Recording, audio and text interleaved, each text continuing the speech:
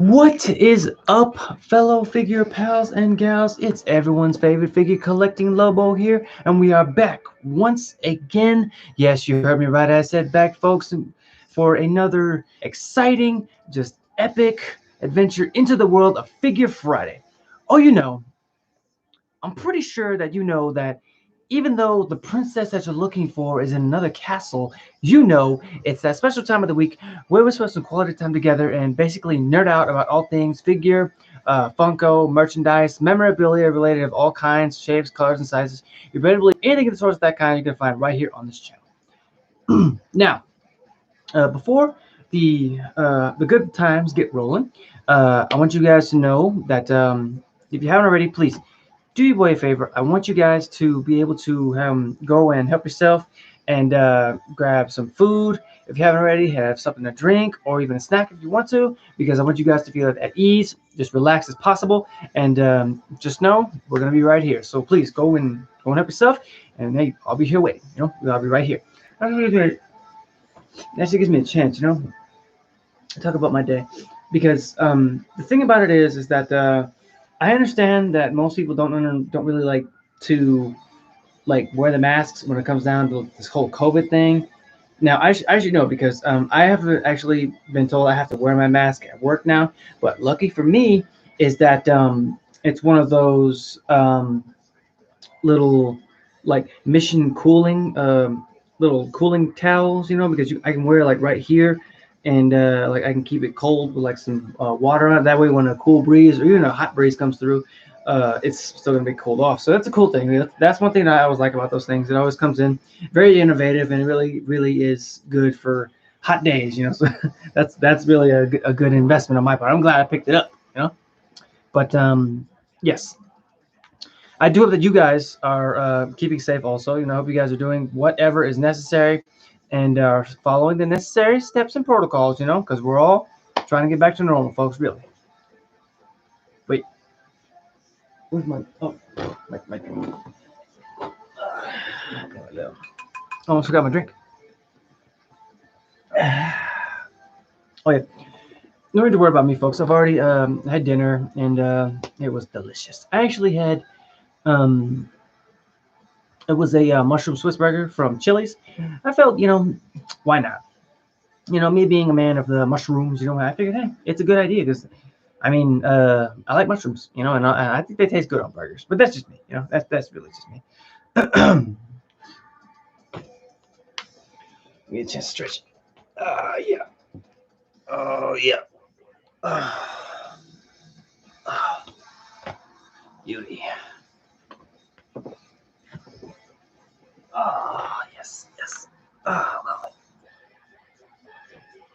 oh yeah, it's and again, just before we get started, I want to point out again the music you guys are hearing, all of the lyrics, the beats, the sounds, all of that belongs to the respective artists. I'm simply using it for aesthetic purposes, and also because I want to listen to it, because again, this is again that band Ice Nine Kills. I don't know if you heard about me talking about them in the last stream or in the stream before that. Um, Again, I highly recommend them.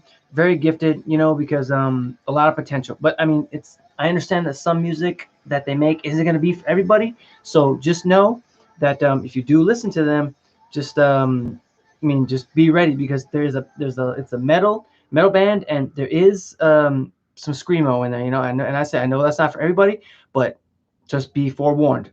That's what they're all about. But they're also all about again, they're in the music business, so they're all about helping people discover some good music. And let me tell you, that is some good music. Oh goodness, excuse me. Oh, excuse me. Sorry.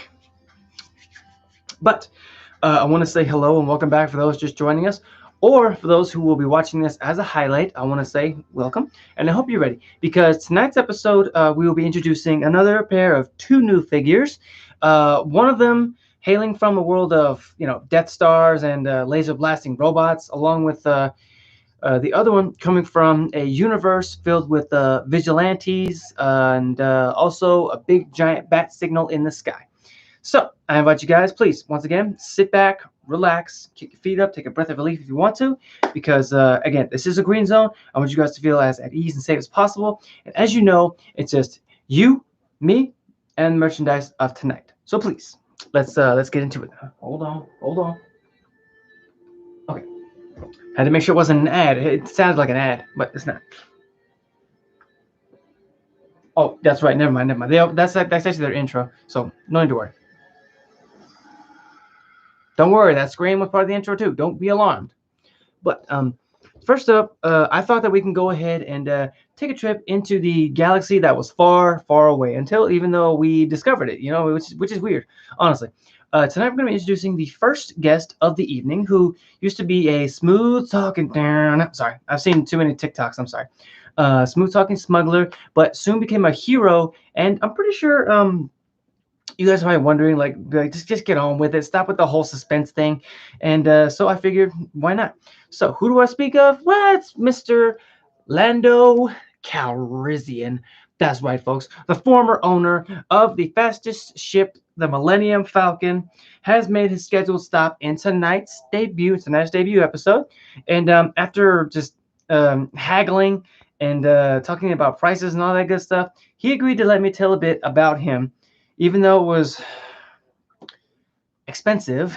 Yeah, it was worth it. So please gather around, gather around.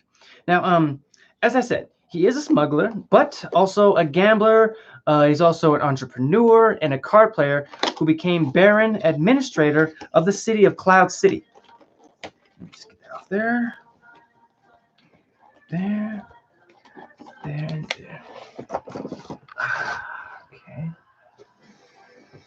And again, I apologize for this plastic noise. It's gonna be nasty.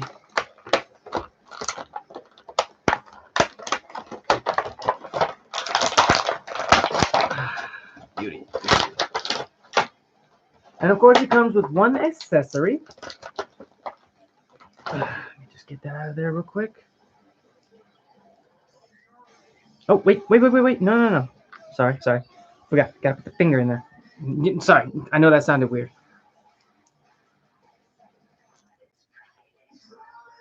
Okay. There he is, folks. Bam. Mr. Calrissian, folks. Mr. Calrissian. As you can see, sporting his Cloud City attire, which, of course, I remember the first time actually that I saw him was one of my favorite Star Wars films, which was Return of the Jedi. And, of course, what's cool about it is that this little piece right here, that's pure cloth. That's one thing that I always love about the Star Wars family, especially the Black Series, is that they always go that extra mile to add like even the littlest amount of detail on it, and he's a very underrated character in my book, because whenever like you hear people talking about Star Wars, you would mainly hear them talking about like the Darth Vaders, the Luke Skywalkers, the Anakin Skywalkers, the Leia Organas, the Han Solos. You never really hear them talk about the Lando Calrissians. I mean, this guy had a pretty rich history growing up. I ain't gonna lie, but I want to very much like to share some of that with you guys tonight. And as I said, being that a little bit later on down the line, he was actually a general in the Rebel Alliance. Born on the planet known as Socorro, he was, again, the owner of the Millennium Falcon before losing it to Han Solo in a card game of Sabacc. I hope I say that right. Sabacc. I think that's how I say it. Sabacc, something like that. But that was on the planet of Numidian Prime. And after losing the Falcon, Calrissian put an end to his days as a smuggler, and he became an entrepreneur. And he set up a small mining operation on the planet of Lothal. Before he became the leader again of Cloud City in the skies of the planet of Bespin. Now, for those of you guys who don't know, Bespin and they're kind of like right next to each other when it comes to Cloud City. I know most people would say it's not, but I mean, in a way, if you think about it, come on. But during the events of the Galactic Civil War, when Darth Vader actually arrived on Cloud City in order to lay a trap for his son Luke Skywalker, as part of the trap, the Dark Lord of the Sith basically forced Calrissian into tricking a group of rebels, including Han Solo, Princess Leia, and Chewbacca, by basically leading them to Vader himself. Now that basically brings up that iconic scene when they come into that like the sort of hall or the city hall, something like that, to where they see Vader sitting there, and of course he stands up, and he catches those blasts. Honestly, if you guys haven't seen that scene, it's iconic, and I highly recommend it. It's one of my favorite scenes, basically. But pardon me, dang, a lot of gas, a lot of gas. But oh my goodness, to be honest, why am I yawning? Oh my god. Hey, you know, I think it's probably because I tried to catch some Z's before the show, but I'm still feeling good. Heck, it's Friday night and I'm feeling all right. But back to the point. Even though Vader actually promised to leave Cloud City without an Imperial presence, Calrissian had this gut feeling that the deal had been sort of altered to the point where he could not just tolerate it any longer. And so, in doing that, he actually alerted his citizens to the Galactic Empire's presence and impending occupation of his planet. And he ordered an evacuation. He took the extra step in order to save his people, which is a good thing. And one thing that I respected about him, because yeah, he used to be a former smuggler, but he had a heart. And there was also a time where he actually helped the rebels to try to rescue Han Solo, who at the time was frozen in carbonite from the bounty hunter Boba Fett. But after the bounty hunter had escaped, sometime later, Calrissian actually joined with the Rebel Alliance and set out to find Han Solo. Because here's a cool little fun fact, a little tidbit. I mean, this is a different one. I just want to throw it in there because it's one thing that I noticed, a little thing about the movie, and you can look it up if you don't believe me. In that scene where both him and Chewbacca actually set out in the Falcon to go after Han Solo, you can see him actually wearing Han Solo's uniform. You don't believe me? Go take a look for yourself. But oh sorry, I'm hitting the bed here. Let me back up. I'm sorry. Oh sorry. Ooh, sorry. Now there was the good thing is that they located him. The bad thing is where his location was, and that was in the palette of Jabba the Hutt on Tatooine.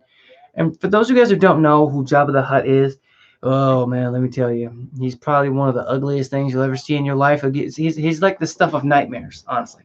But iconic character of the Star Wars series, so it's necessary. Wait. Let me just because it was going off on something different, honestly. But Calrissian aided in his rescue, and the rebels then returned to the fleet, and Calrissian actually became a general. Who actually volunteered to lead the assault on the DS2, which was the Death Star number 2 mobile battle station. That was actually during the Battle of Endor. Now, oh my goodness. In which, during the battle, he actually piloted the Millennium Falcon into the battle station's core, which, of course, he fired the shot, to which destroyed the DS2 and made him a hero. Now, in the years of, sort of peace, after the Empire's dissolution, Calrissian actually started a family and fathered a daughter. He fathered a daughter. However, while she was only an infant, his daughter was actually kidnapped by the First Order. And basically, who the First Order is a branch of the Galactic Empire who serve as sort of a different calling when it comes down to it, but they still serve under the Dark Lords, so. But about I think it was 5 or 6 years later, he actually embarked on a quest to the desert planet of Pasana with Luke to find answers about the growing darkness within the Force itself. Unfortunately, they failed to uncover anything. So, seeking to, sort of bury the pain of those memories, he settled on the planet of Pasana and led a solitary lifestyle where he was known as the Hermit to the natives, who were called Aki Aki. And he actually ended up living alone for some years while but he still kept in contact, with the Solo family. And a little bit later on down the line, he was actually asked by Leia Organa to lead the resistance for her one last time in the war against the First Order itself. And in about 35 ABY or whatever it's called, Lando ended up helping the resistance, and he reunited with his old friend Chewbacca. And during that whole thing, he actually played one more role again in the fight for galactic freedom as he brought and assembled citizens to a citizens fleet basically to reinforce the resistance at the Battle of Exegol. Now, and from which during that huge battle, and I remember it because it was a glorious battle. So much happened, and after all was said and done and the smoke cleared, the resistance emerged victorious, and that's a very good thing in my book because that was a mother of a battle.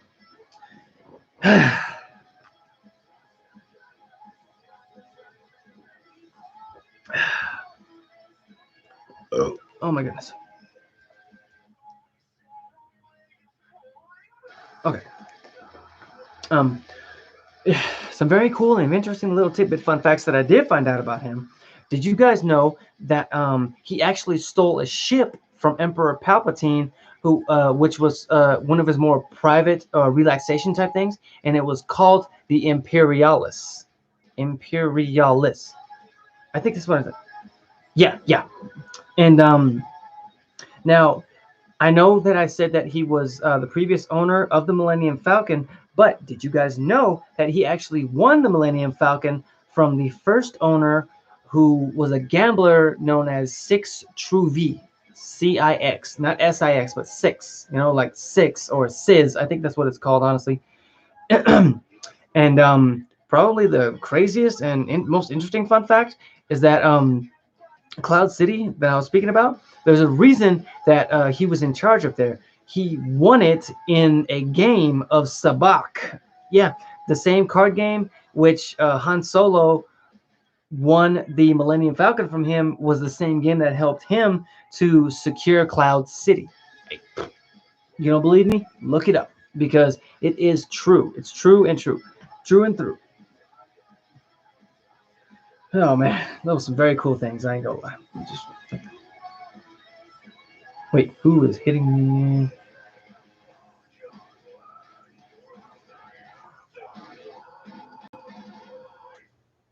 Oh, okay, good. Lovely. Okay, folks. Next up, sorry. Chill. Okay, next up, we will be steering into a different universe. This one is actually filled with, villains who laugh for no reason and masked vigilantes who seek to take down those villains who laugh for no reason. Who, as we introduce our next participant in tonight's show.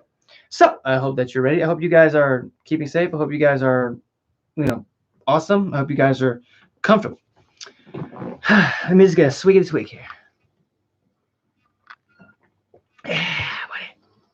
Now, this particular character made his debut in Batman issue number 357 back in 1983, which I'm pretty sure, now there was another variation of this character, but this one that we're talking about tonight is the second variation of the character. So, in the beginning, he started out as a pretty bird, but unfortunately fell from grace. And who is this Birdman that I speak of?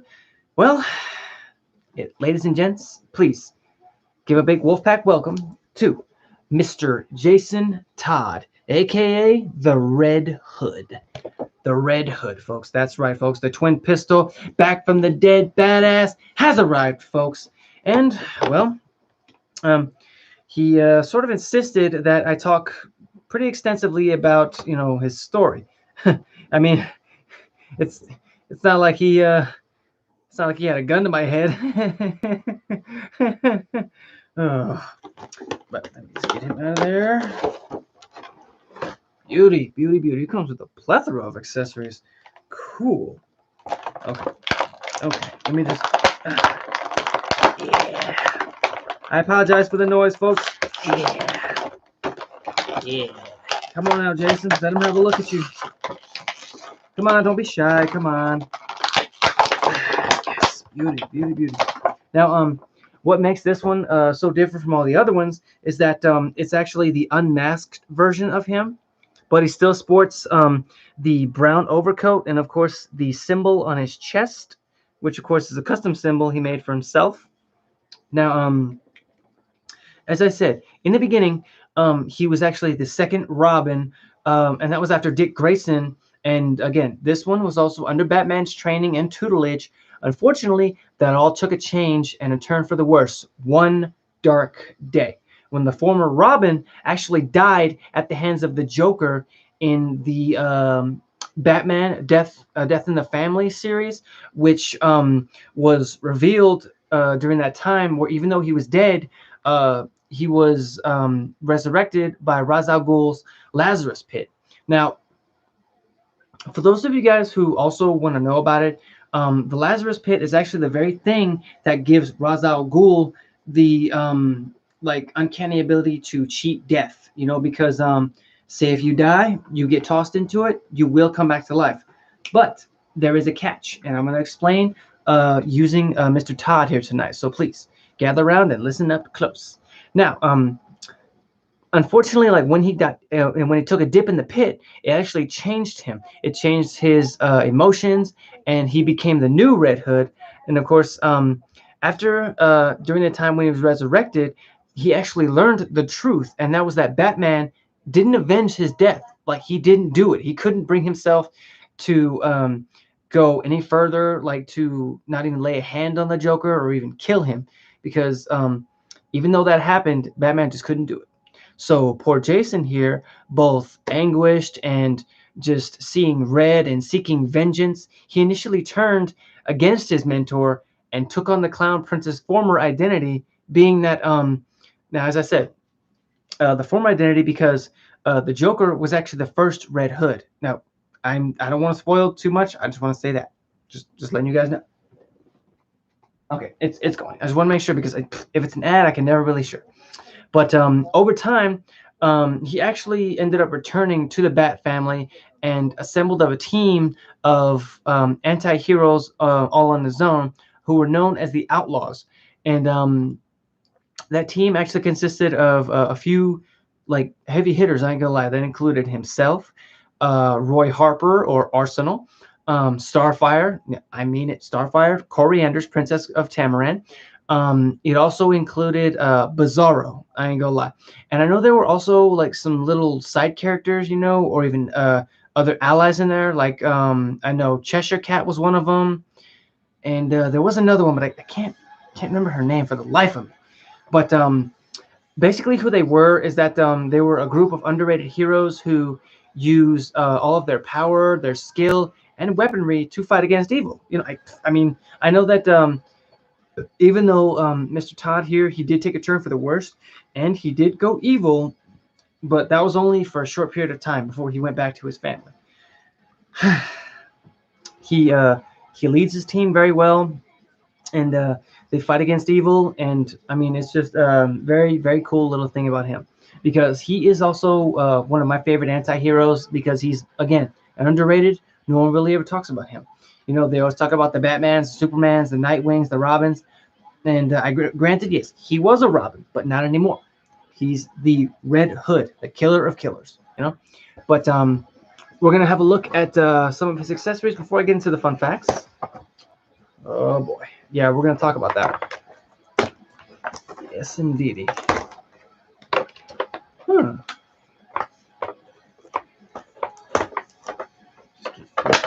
me have a look. Ooh, that's awesome. Okay. And of course, being that this is part of the McFarlane family, and it is the gold label, because I've never really had one of the gold label figures, we're going to get every little bit out of it. And of course, it always comes with a collectible trading card. Bam. And of course, information about here. Red Hood is the name and identity that has been used by various heroes and villains over the years. The current and best known is Jason Todd, a crime fighter who was once Batman. A second heroic apprentice called Robin. He also had a complicated relationship with both former mentor Batman and the original Robin, Dick Grayson. and that's only because, uh, I mean, everyone always thought that Dick Grayson was the best Robin, and now you know what? I ain't gonna lie, he was the best Robin. I ain't gonna lie, and but Jason Todd here, he was a close second, a big time close second. But also, the very thing, I kind of feel like I feel like it's a cheap shot by the McFarlane family, but I'm also happy they included it because they actually included the very weapon that the Joker used to take his life. But there was actually a very cool little tidbit about it, and I'm gonna show you guys the crowbar. That's right, folks. The very weapon that helped to transcend Jason Todd into Red Hood is the very thing that he used to exact his revenge on the Joker himself. And of course, what's a man back from the dead without a sword? You know, that's very cool. I think it looks awesome. I think it adds more character to more to his character. My apologies. Man like Jason Todd just got to have a sword, you know. But what's also very cool is that they included another sword, but this one actually seems to be on fire. That's very cool. Very cool little detail. I think it looks awesome, honestly. Very cool. Awesome. But also, as I said, the very cool fun facts about Mr. Todd here is that his marksman ability at shooting it actually rivals that of Deathstroke. And I'm not kidding, folks. I mean, he's actually that good when it comes to shooting weapons. And again, since he was dipped in the Lazarus pit, he himself actually gained the ability to cheat both death and time, which means he's not able to age. Like he does not age for Dick. Like really, I'm sorry. My apologies. And probably the little coolest little tidbit fact that I found out about him is that Jason was actually supposed to be the next Batman after Bruce had retired in the Dark Knight Returns series, but unfortunately, he died before he could take up that mantle. You know, I feel like he was cheated out of the chance to become Batman, but in a way, I mean, had the events that sort of took place in his life had not happened, he would not have become the very badass person that he was today. Whew. Man, oh man. Oh, I need a refill. But I'm gonna go ahead and end the stream right here, folks. I want to say thank you to everybody who came out to see me tonight, and I hope you guys are staying safe and hope you guys stay awesome. And feel free to jump over to my Twitch channel because I will be streaming some gameplay here shortly. And also, I do hope that you guys stay safe. And if you like, feel free to hit the follow button when it does appear here. Feel free to sample either one of these fine videos here when they do appear. And until next time, guys, I'll see you next week in my next episode. And stay safe, stay awesome, stay weird, stay yourselves, and be zen, huh? Peace.